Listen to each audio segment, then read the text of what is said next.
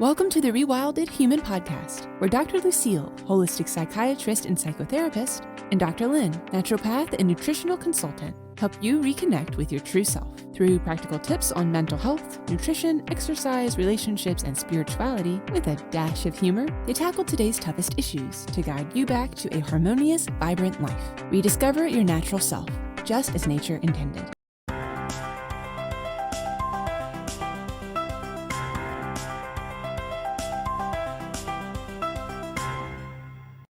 So welcome everybody to episode number 65 of the Rewilded Human Podcast. And today we have a really interesting episode in that we're going to talk about living with someone with Asperger's. And Lynn is an expert on this, so she'll be giving us her personal experience because her husband has Asperger's. And I assume, Lynn, he's okay with us talking about this. Oh yeah, he loves it. He Good. he calls it Asperger, but that's a different story. But he's very proud, and he's happy. I've done a few videos about it already, and he loves it. So he okay, excellent. So one of the issues I just want to make mention is that sometimes we have people in our lives that we're constantly frustrated with, because they don't seem to think or behave the way we expect. And we often think, and so do they often think, what's wrong with that person? What is the problem that they just don't seem to get it? And what we are not often aware of until maybe way down the road is that these people's brains just work differently. And so a big segment, a fairly large segment of society, far more than we think, has neurodivergent issues that they're dealing with.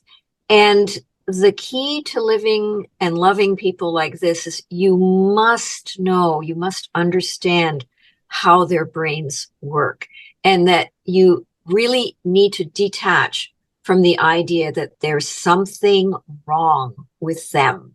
Okay.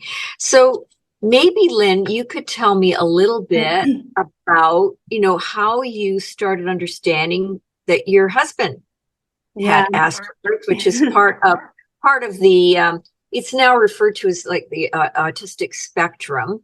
Yeah. So, Lynn, yes, tell us about your experience discovering that your husband had it. So I've been with my husband almost 30 years. It's going to be 30 years next year.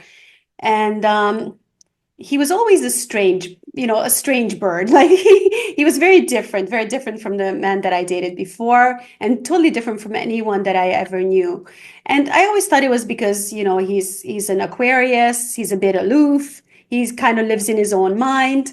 I didn't really understand what was happening. I didn't find out until about 4 years ago that he's actually on the spectrum. And so you had all these different things, scenarios and different things playing in your mind for like 25 years of my life. And I was always trying to understand him because, I always had this great interest in psychology and trying to understand other people and how the mind works. So he's always been a challenge for me, trying to figure out why he is. And he's always been like, I always had to kind of chase him, because he was off in his own little mind. And the way the Asperger person will, when they fall in love, then you become their project, right? So when they see you, they will do everything to get you. So, it was chocolates, it was romance, it was everything that you wanted. Love bombing. It was love bombing. Love bombing completely. And then once they have you, check, okay, done, on to the next project. And they can really only focus on one thing at a time. So it's like, okay, I have you, I've told you I loved you. I don't need to tell you again. If anything changes, I will keep you posted. But, I told you 25 years ago, I love you. So, there's your thing, nothing's changed since. So it was always that kind of attitude. So I always had to work so much harder to get his attention, to get his love, because then he gets focused on the next thing. It was the same with our business. When we were running our businesses, he was super focused on that, working 24/7. It's always like one project at a time. And so, I had a lot of inner turmoil. A lot of times I didn't understand him, and I wanted more love. I wanted more attention. I wanted more affection from him. Even getting affection from someone on the spectrum is very difficult because they almost like they don't know how to show love. Like Yes. they will, Yeah. They're like very socially awkward. Yeah. very Yeah. socially awkward. Like you can't, Yeah. to take him to like a party or a social situation because they just say whatever's on their mind. They don't, there's no filter, it's just whatever. It just comes out. And then you're sitting there like, oh my God, did he just say that? You're like kicking him under the table all the time. So we were at a real low point about 5 years ago, 4 or 5 years ago. And I came across this book. It's called, I think, 22 Signs That You're Married to Someone with Asperger's. And I read the book, Lucille, it's just a very thin book. And I read the book and it was just like, check, check, check, Right. every single one of them. And this light just went off and I said, oh my God, like this explains everything. This explains my whole life, like why I was tormented, why, all the suffering, everything I went through. And then I realized that's when it hit me that he wasn't malicious. He wasn't trying to torture me. He wasn't trying to be distant. It's just how his brain is wired.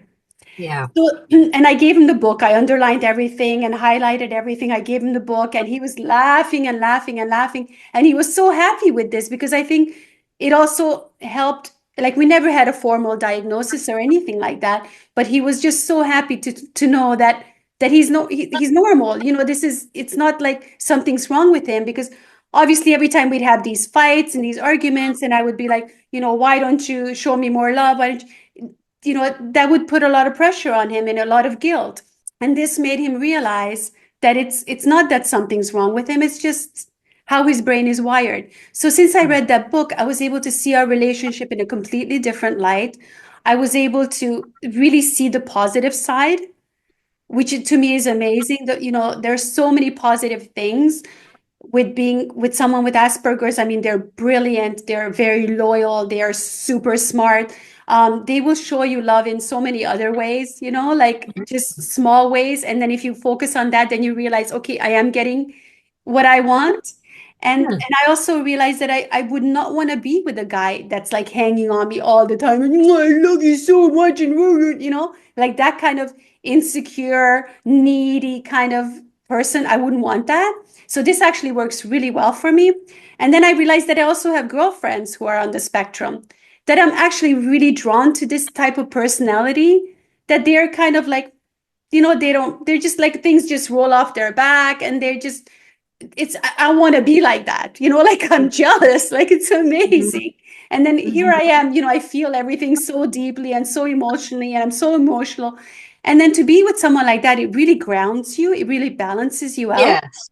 Sure. Of course. If that makes sense. Sorry, I made that a bit long, but No, that was perfect. Perfect. So when you understood how his brain worked, it was kind of like you relaxed, right? Yes. It was kind of like oh, I get it. And now I understand. I don't have to be conflicted. I don't have to push him to do anything or be any way. I assume that's when things got more harmonious in your relationship. Yes, because I always thought something was wrong with me. I always thought Right. I wasn't Yes. enough. I wasn't pretty enough. I wasn't skinny enough. Right. I always thought like I need to be working on myself because I'm not good enough, because obviously this guy is not, falling all over me like I expect him to. That's And right. and when you realize that, okay, I'm okay, it's not me. And he's So you loving can me relax about him. You relax about him, but you relax about yourself. That's a great point. Exactly. Yeah. So it like brought us to a totally different period in our relationship. And I think for him as well, I think it helped him relax as well. And he loves it. Like he says, we had a conversation the other day and he said he would never want to change. Why would he want to change? Like he sees all these people with all this baggage, all this neediness, all this, and he would never want to be like that. And I think about it, and I actually don't want a husband like that. So Right. and I'm in these groups, these Asperger groups on Facebook, and some of them get very negative, and I've left some of those groups where they're just bashing the man nonstop and leave him and all this, and that's not helpful. So you don't want to be focusing on that. But recently, somebody was asking, tell us about the good sides of being married to someone with Asperger's, or what kind of woman goes well with a man like that. And a lot of the ladies were saying that any woman who likes her freedom, because an Asperger's man is not jealous, is not possessive, this was very hard for me. This is why I thought, well, he can't love me if he's not possessive and not jealous, because that's all I've ever known. And that he's letting me go and I can travel and I can have friends and I can go out and have a life without him. And there's no problem ever about that. And for a woman who is very independent and like has different interests, because I don't think all couples have to have the same interest. So a lot of the things that I like to do, he doesn't, but I'm free to do it. Not like I'm sitting inside the house because I don't want to do anything. So you're sitting here with me. I could never be in a relationship like that. Yes. So that's what a lot of the ladies mention, that if you want freedom and to be able to have a life outside of him, he's the perfect person. You have the security at home.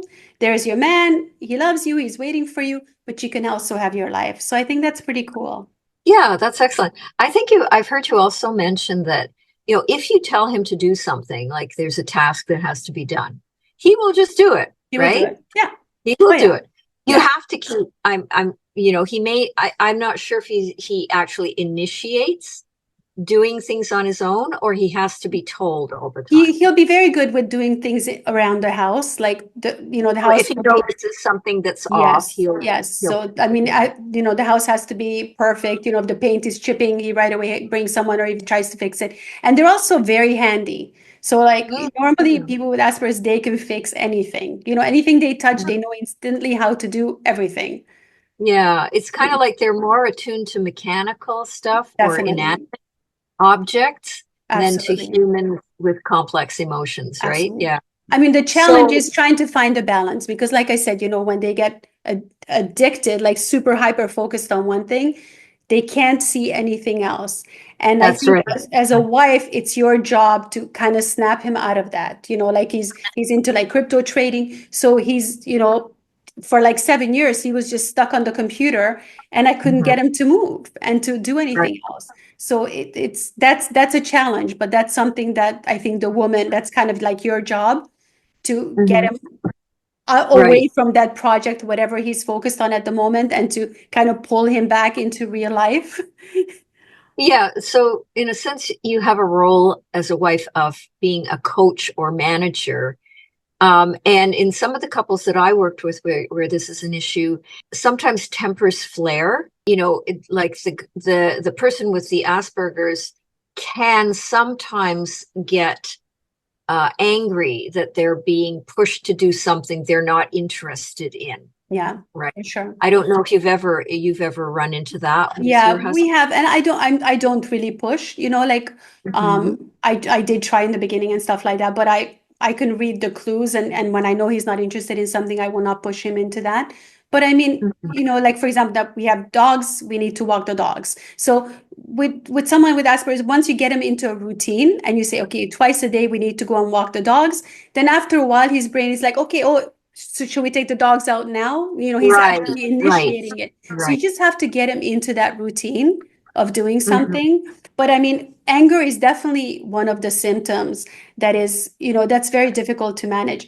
And sometimes the anger outbursts like come out of nowhere and he's screaming and swearing and kicking, kicking things around, not hurting me or anything like that. But just they get really upset. And sometimes it's over a stupid thing, like nothing. Like nothing happened, and it's like, yeah. And that's a hard one to manage, and it's hard for the kids.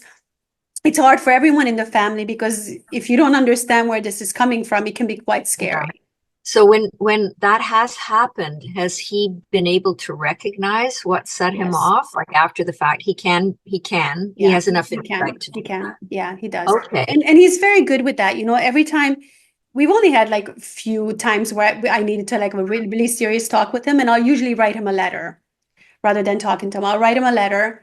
And he hates it. He sees, oh my God, a letter is coming from Lynn, or email or whatever. But then every single time he will sit me down and he will say, you're right, and he'll listen to me and he'll listen to all my points and he will say, okay, I'm going to try to do better. Like it's never being confrontational. Like he'll never attack. Yeah. He'll never say, oh, you're just making up stuff and blah, blah, blah. He always listens to me and he always tells me I'm right. So that then He's also probably gone to a workshop for people with Asperger's who Never. You will never get him into a workshop. That will never ever happen. But he could hold one. He's probably, I mean, he's a super smart guy. You know, he's a super, yeah. but And that's you know, the thing. I think people often say, are they stupid? Like, why don't they know things the way we know things? But that's not true at all. These people can be highly, highly intelligent. it's the emotional intelligence, and there's that emotional intelligence test. It's And not and there. I got him to fill out the test, and he got like, I don't know, like 7 out of 100 or something like that. I mean, it was they don't understand like emotional signals. They're not good Yes. at reading Yeah. faces, or, you know, like I Yes. walk into a room and I can feel the energy. I can feel someone's not in a good mood or in a negative mood, or I shouldn't be saying this because I'm reading that person's face that, okay, they don't want to go there. Well, my husband cannot do that. You know, if he starts saying something and you see that person, the horror on their face because they don't want to talk about this subject, he'll just keep going and going and going because they cannot read the emotional clues that are on people's faces. Right. And so, this is an issue, and I'm sure you've seen it in your groups too. An issue that I also see with the people that I have who have, in close contact with people with Asperger's is getting angry at them doesn't help at all. It makes the situation worse. Yeah. The unfortunate thing is that and it's almost always women who are complaining about this because Asperger's is more common in men than it is in women, right? So women get off on complaining for a variety of reasons, and then they start developing their little tribes and cliques and networks of other women who are complaining, and anger feels more powerful than the helplessness and frustration they feel when they're dealing with their partners. And so that builds an unfortunate ongoing situation where the complaining and the anger and everything, it just generates into a very, very difficult relationship with the husband, and often leading to divorce or separation. Yeah. And it doesn't have to be that way. Like, I think you took a very wise path, Lynn, when you decided you were going to try and figure this guy out, right? Rather than just complain about how he seems to be an alien from another planet.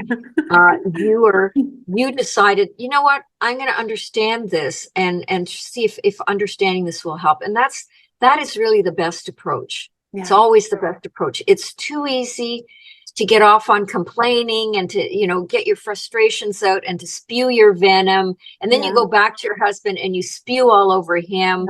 And it really, all it does is make the situation worse for the person with Asperger's. Absolutely. The marriage will deteriorate, and the person with Asperger's feels so much worse. They're already feeling like they don't fit in. Somehow they just don't, they can't be accepted. Yeah.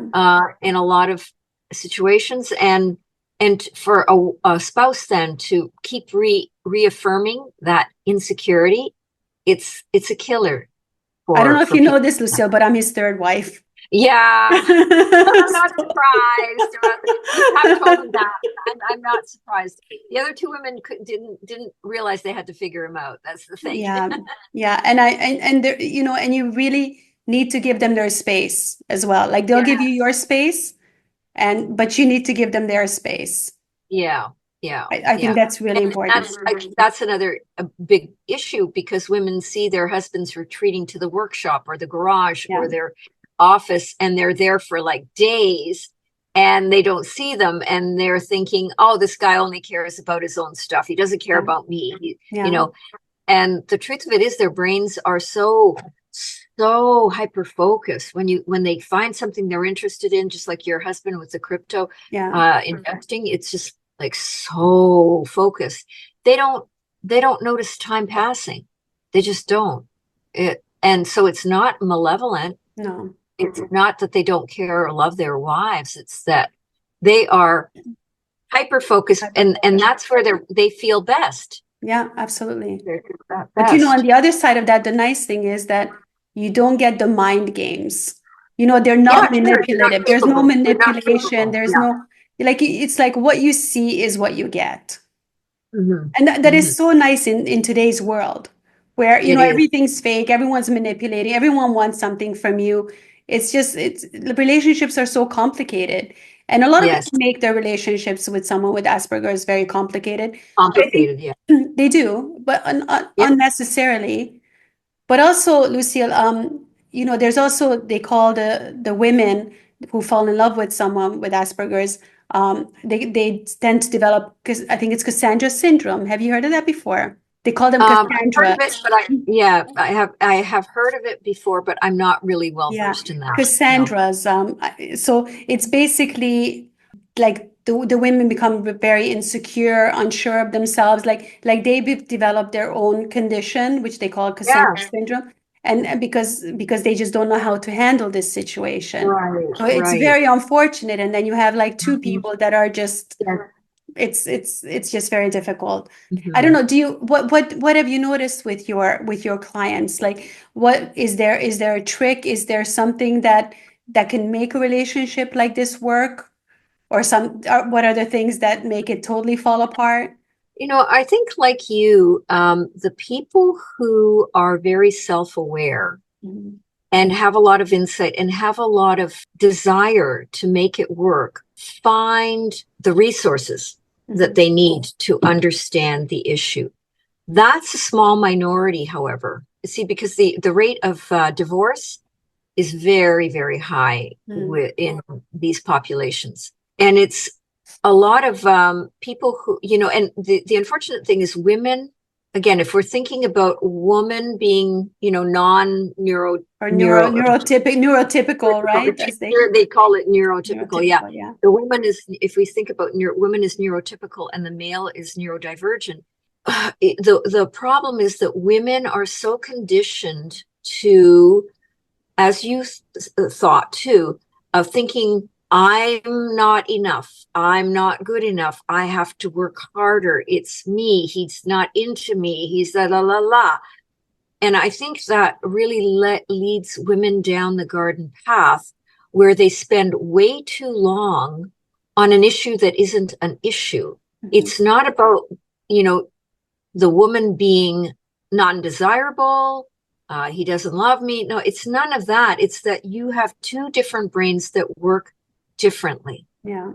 And a lot of women, I think, can go for a long, long period of time beating themselves up and trying harder and trying harder and trying harder until they are totally spent and they've had it and they finally have to give up on the relationship. Yeah. Whereas if they had more, let's say, self-esteem, Mm-hmm. women had more self-esteem and weren't sometimes, like, a lot of women are desperate to be in a relationship, to have that marriage, to have that baby, to blah, blah, blah, blah, blah, you know. Mm-hmm. If they weren't attached to the outcome being, I have to be with this man and I have to make a good marriage and I have to have children and blah, blah, blah. They weren't attached to that and they had a good self-esteem and they kept bumping their heads against, why am I getting these weird signals that I don't understand? They would actually do better. They would, like you, they would find resources. They'd be curious. They'd check things out and try to figure out what's going on. But the other thing is, then they likely wouldn't spend a lot of time banging their heads against a wall that isn't moving. They would get out of the relationship sooner if they really felt, listen, this is not for me. Yeah. You know, I'm not blaming my partner for having a neurodivergent brain. I just know that I couldn't live with somebody like this. This is not for me. And I think a lot of women, you know, they set themselves up Mm-hmm. for a really hard time because they're trying way too hard to change themselves in such a way that they create the man of their dreams. Yeah. That's so unfortunate. And I'm not blaming the women because, you know, that's how, you know, we're all conditioned. We have to please everybody. We have to, you know, we have to fit in. We have to, you know, be nice. We have to accommodate. We have to fix everybody's feelings. La, la, la. I think the best thing is to look at these relationships as a chance for you to grow and learn and become aware of yourself. Absolutely. Just as much as you need to learn about your neurodivergent partner. Yes. You have to come up against this question of, is this partner the right partner for me? are we really compatible? Yeah. And you have to face those hard truths. You know what I can see happening probably with a lot of women is, they end up cheating on their husbands, or they find Yes. someone else because, Yes. once you go out there and someone gives you that attention that you're not getting at home, and then all of a sudden you're swept off your feet. And I can really see that happen. It hasn't happened to me, but I can see that happening, like the temptation Sure. for women. It's like, Yeah. oh, look, this guy's falling all over me. I don't get this kind of attention at home. And then and the temptation is, too great. So It is. So it causes it causes needless drama, much more suffering. Yeah. If a woman acts on that. Sometimes they have the story in their head, oh, well, if I'm having an affair, then he'll see that how much he has not. He will never notice. You can have 100 affairs. You can come home with like Mm. dozens of roses every day, and he will not even ask where they're from. Honestly, I have come home with roses, and he didn't even ask me where they're from. Right. But Yes. you can try to play games with him, which I work. did when I was younger. I mean, when we got together, I was in my 20s. He doesn't notice. No. Like even on my computer, I put like this big folder because he was working on my computer, lovers and ex-boyfriends. And the folder is there and I'm waiting for him to like click on it, like I'm baiting him. And there were only photos of him inside, but I wanted to see if he'll notice, but he doesn't. So I mean, to cheat on an Aspie would be super easy. Maybe. And the other thing that you think that cheating is going to solve something, but the thing is you will keep attracting the same guy. Yeah. Anyway, if you haven't done your work on yourself, I agree. you are going to attract, maybe not another Asperger's, but you're going to attract somebody who ultimately is just not emotionally there for you anyway. Yeah, right? So absolutely. nobody out there thinking about having an affair should fool themselves into thinking, oh, well, my perfect man is just on the other side of that bedroom door. No. No, it doesn't work like that. Does not work like that. You will Lucille, attract. what happens when you have two Aspies together? That's a real problem. Is it? Yeah. It is, because of what you've said. You see, you act as the neurotypical brain regulates the neurodivergent brain. Yeah, absolutely. And so the neurodivergent person does much better in life in general if they have a neurotypical brain that's kind of coaching them and supporting them and structuring their thinking and their behavior and their tasks. But if you're with somebody else whose brain is also neurodivergent and there's nobody there to regulate your brains, you can often run into a major problem. And I have a couple who both have ADD, which is very similar. Yeah. They have slightly different types of ADD, but they both have the same problem. It's just that because the wife has a type of ADD where she can be very focused and very detail oriented, and her spouse is la-di-da off in dreamland doing his own thing. She can help regulate him. So they have spent like decades together, very unhappily, but they have been able to spend decades together because she has just enough capacity to, help him with a work project or help him get the next job or whatever, if he allows her to help him, right? Yeah. But and if anybody out there who's listening has an experience of two people who are neurodivergent who've made a success of their marriage or their relationship, please tell us about it. Please leave a comment, because we'd be very, very interested maybe in interviewing you. I was going to say, come on the show, come on the podcast. Come on the podcast. That would be very cool. It's very, very, like, you kind of have to see the relationship as a complementarity. Mm-hmm. Like, when you accept that I love this guy no matter what, and I really want to make this work, you have to accept that you have a certain role where your brain helps structure his brain. Yes. That's it, right? Yeah, absolutely. Mm-hmm. Absolutely. Now someone's watching this and they are starting to think that maybe they are in a relationship with someone on the spectrum. What would you recommend to them? Like, should you get diagnosed? What would be the next step? Because I think a lot of, like, for example, if I wanted to take my husband for like an official diagnosis, that would never happen. He would never go. Or to go to therapy or anything, he would be like dead set against all of those things. What would you recommend to, like, for example, a lady who's watching this and she's thinking, okay, this is my husband. What can she do? Educate herself, just like you did. Yeah. And there's so many resources out there now that are very accessible on the web, on the internet.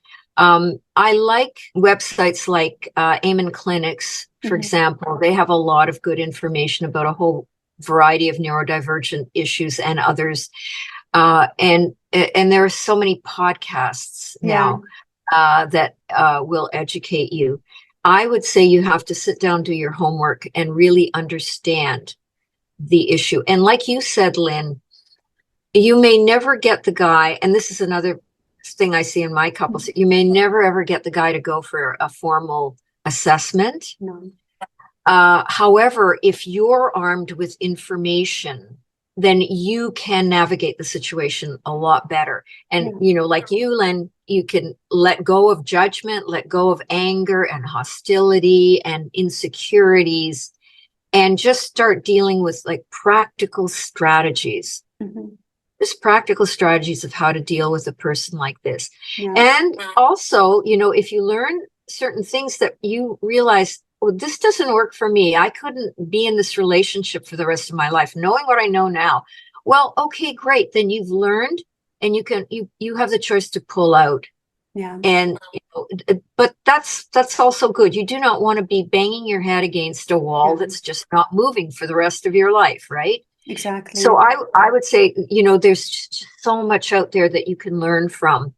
And the other thing is, you know, there are the online communities, which I know you Lynn, you know a lot about, right? And I would love you to speak about that, your experience.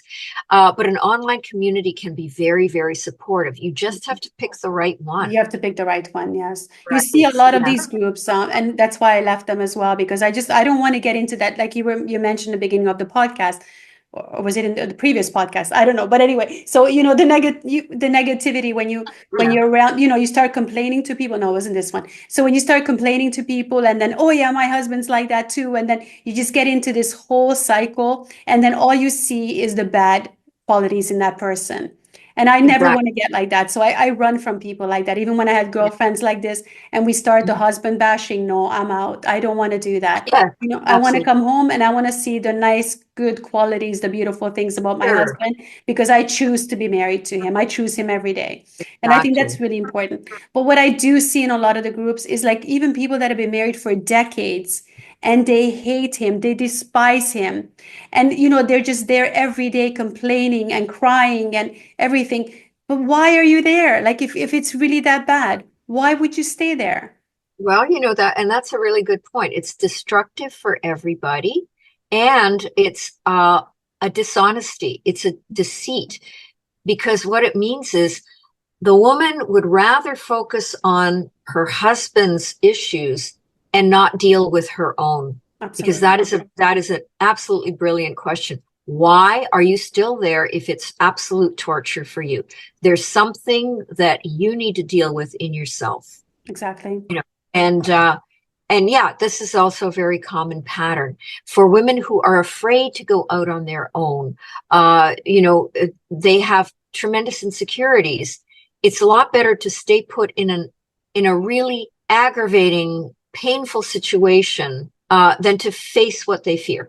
Right. And you know what else happens, Lucille? I think when the woman becomes very negative and like kind of goes to the dark side, the Aspie husband is going to withdraw so fast. You know, you're not going to be able to connect with him in any way at all. Exactly. So to pull him out of that, it's not really darkness, but they're in their own world.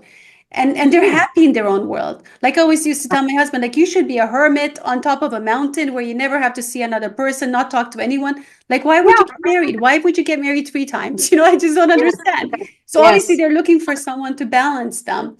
But right, that's the only reason they would do that. So it's I don't know. Yeah. So I think that, yes, you need to find a supportive community, but it has to be supportive. It has to Yes. offer constructive strategies. It has to offer, healthy emotional support. Like, as Lynn said, you cannot be, you, you cannot be going down the road of just constant complaining. Not if you want to be married to him. And if Not you if you don't want want to to be be married. married to him, then you need to leave. Absolutely. Absolutely. And I think also, another aspect to this is when there's the marriage involves children. I was just going to bring up the children. Yeah, Yeah, absolutely. and it's up to then the spouse who's neurotypical to learn as much as he or she can, and then start educating the kids. Mm-hmm. Okay, because at some point, every neurodivergent parent may be a little bit different in how they parent, Mm-hmm. but kids pick up fairly early on if that parent isn't quite emotionally available to them, Yeah. doesn't seem to get them. Yes. And the damage occurs if the child starts thinking, oh, I'm not good enough. Yeah. My dad doesn't love me. Yeah. So it's the same situation that happens with the spouses, Yes. right? Where they start getting into their own insecurity. Yeah. And so when the spouse becomes aware that, no, this is just a different kind of brain, then they can educate the children. Yes.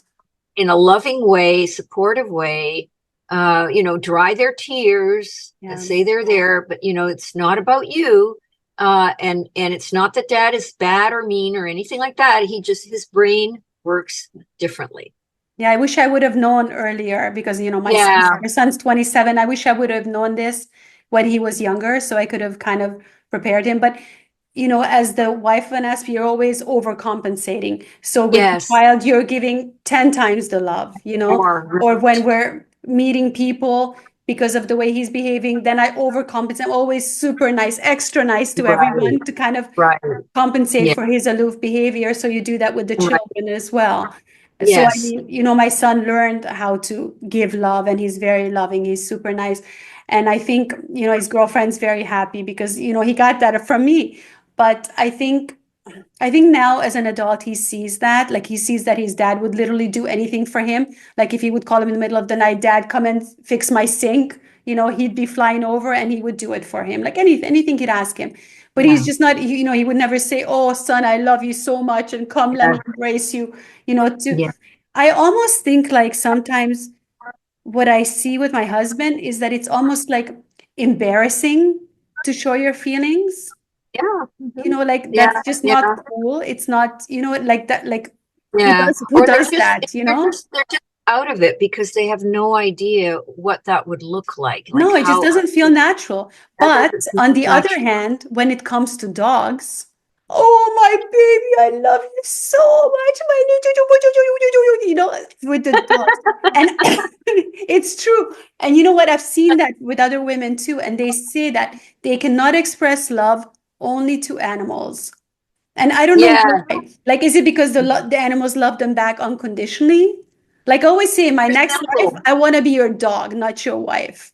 Because he'll walk in, he'll walk through the, oh, my little furry baby, I missed you so much. Daddy loves you, whatever. Oh, hi, Lynn.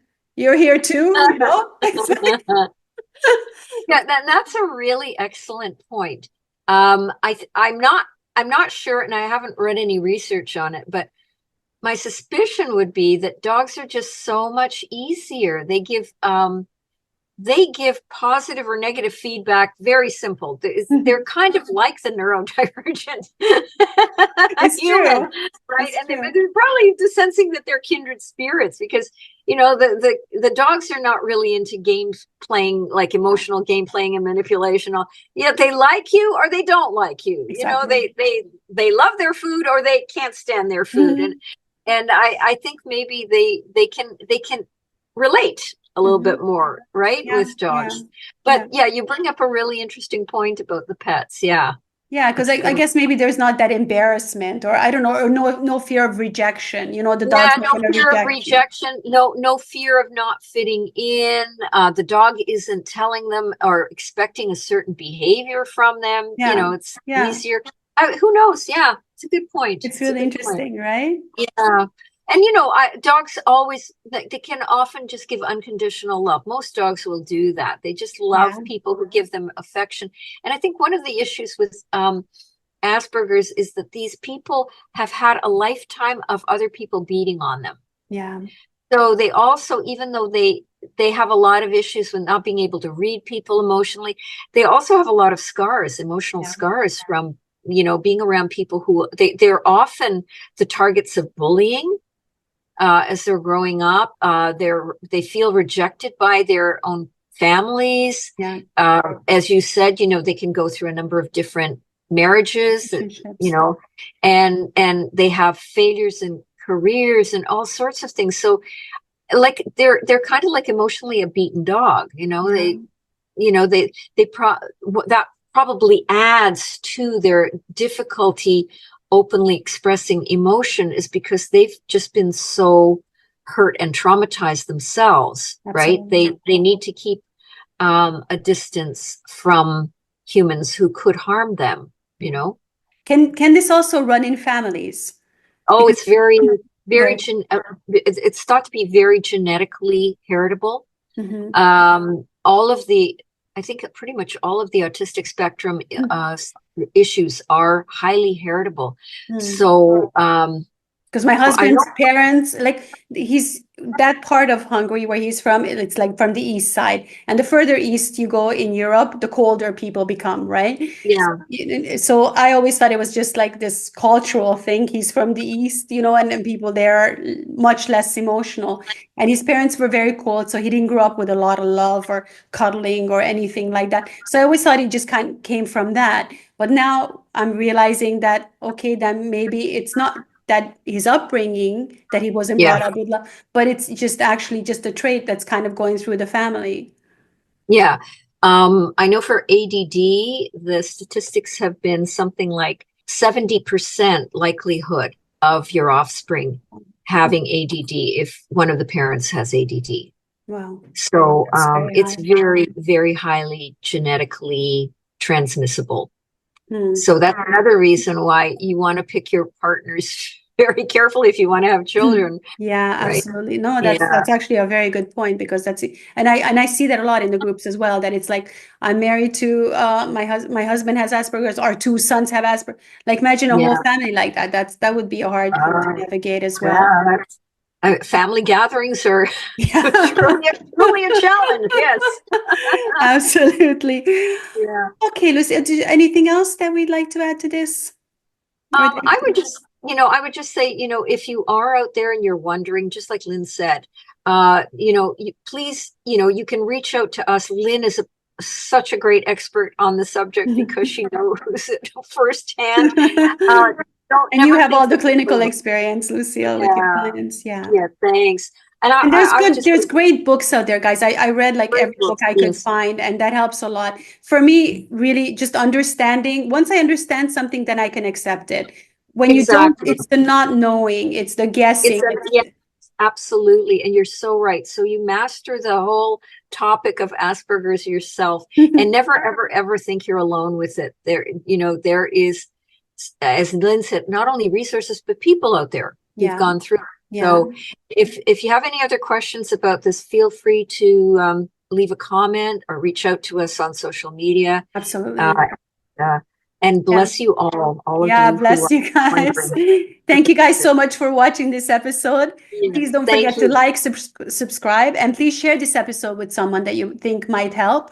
If you guys would write us a review, we would really appreciate that, because that Yeah, helps so much if you're listening on a yeah. podcast or if you're watching us on YouTube. So please do comment, like, subscribe, all of that stuff. And we shall see you guys in the next episode. Bye, everyone. Bye, everybody. Bye.